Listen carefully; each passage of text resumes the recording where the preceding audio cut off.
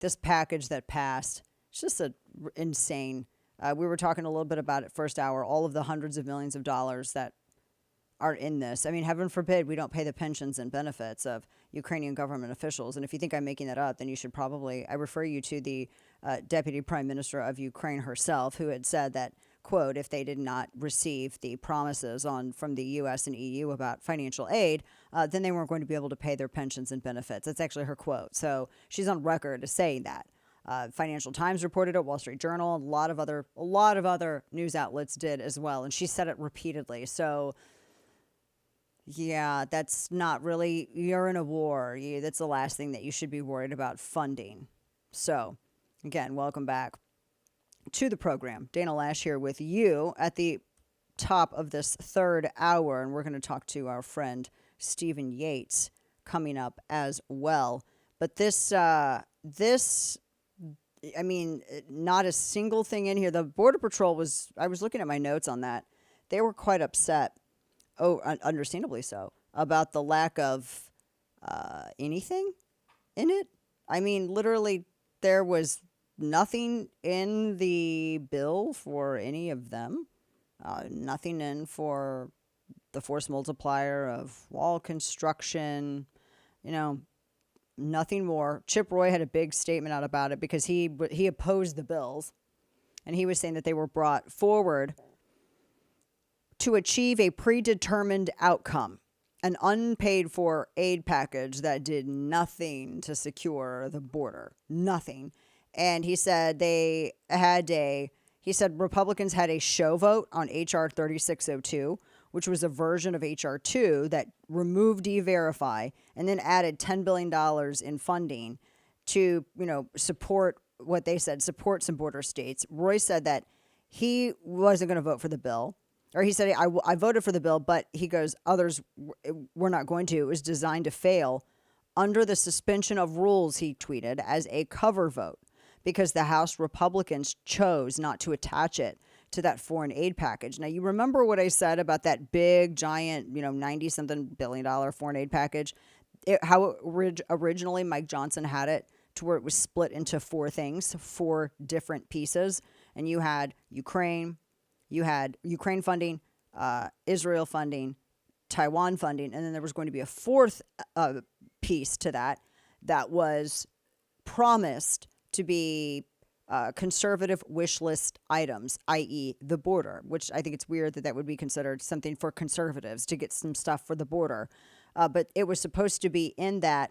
And so H.R. 3602, they took it out of the in package. When it got to the Senate, they wrapped it up in one, but jettisoned anything that was in the fourth section of that. And so in the House, they had a show vote over 3602, and it had stripped all that, a lot of the teeth out of it. So that's it. That's how they did it. Johnson does not have a lot of political capital to work with. I mean, that's what happened when you have a speaker vote and you have no plan to replace the speaker. None. They had no plan. I mean, I'm still mad over it because I feel like even though you're not going to get a good speaker until you get a more conservative House, and the speaker's just essentially the average of the voting makeup of the Republicans in the House, you're not going to get a strong conservative in that position until you get a more conservative House. And remember, they have to work, even a speaker, they got to work and deal with some Republican or Democrats as well. So when they had this speaker fight, they did not have a single person in mind to step up and take McCarthy's spot. They were scrambling. Remember, the House could not really consider any other proposals. And I mean, they could deal with stuff in committee, but they couldn't deal with anything else on the floor until they got the speakership figured out. And now they're talking about doing it again over this. So Chip Roy was quite angry, understandably so, about all of this. And he had tweeted about it, a number of things. And this doesn't really bode well, I think, for Republican enthusiasm going into November either, because Republicans are, in many instances, their own worst enemies. the infighting, and especially with the power of the purse, the only thing that we control. And I hope you realize that we are on track to not keep the House. It's good. I mean, this could shape up to be disastrous. Some of the other polling as well is not looking good. But the House, particularly the power of the purse, Republican voters see this. What does it do to enthusiasm of getting you out? Think about it for yourself. Think about this for a minute. How do you feel about getting up and going out and voting for Republicans after witnessing what they passed through the House and what they didn't really fight after that, and what they ended up wrapping up into one thing in the Senate? Does it make you excited to go out and vote for them? That's important. Does it make you excited to go? Because that's a measure of how likely you are actually to go out and vote. And then whether or not you're going to be sort of like an evangelist to maybe recruit voters yourself going into November. It's a drain on enthusiasm, and enthusiasm plays into voter turnout, and Republicans have always struggled historically with voter turnout. This isn't great. It wasn't great. With regards to the other aspect of that foreign aid bill, Roy notes that as it relates to the substance of the spending portion for Israel, they literally tied up humanitarian assistance for Hamas in a foreign aid package for Israel. And Roy and others say, and it's a $9 billion thing. Actually, it's almost $10 billion. And he says, it's absolutely going to fund Hamas. Of course it is. Because the NGOs that are already there have been in real time. They've been targeting the IDF. So we have $10 billion essentially and I say 10 billion, I'm rounding. I mean, it's almost 10 billion. Let's just round up. $10 billion. Not only are we expected, I can't imagine in any other, can you imagine in World War II? Well, you gotta fund, the Germans too. You gotta fund, the Nazis. You gotta fund them. Can you imagine being told that you have to not only deal with the Allied powers, but then you have to fund relief for the Axis powers? It doesn't make any sense. But that's what we're doing here.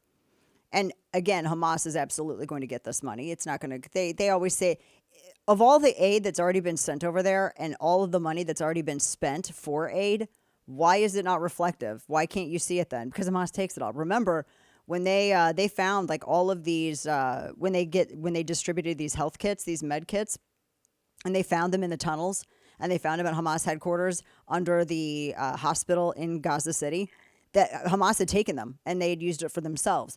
They had taken a lot of the MREs. Remember the one guy, the video, who was complaining about the food packages that were distributed, I guess, because it wasn't a 7-course meal? They found a lot of those packages also in these Hamas headquarters after they raided it under the hospital and elsewhere and in the tunnels. And it's not being used for the people. Hamas is taking it and using it for themselves.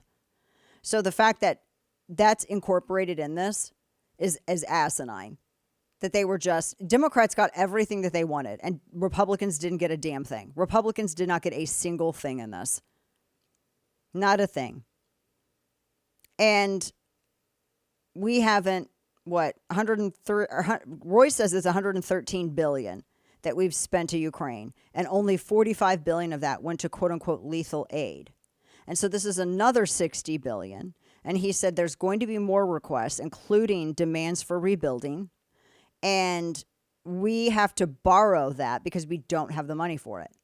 So this is why you see inflation. It's why you see incessant government spending.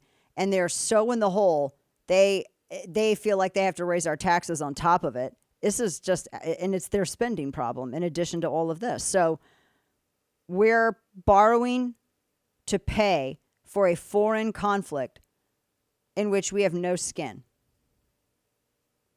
And I reject all of the truly neocon arguments about, well, Russia was going to blah, blah, blah. Russia, no. They're ignoring our biggest geopolitical threat, China, in favor of trying to tell us that Russian imperialist fantasies are somehow big again.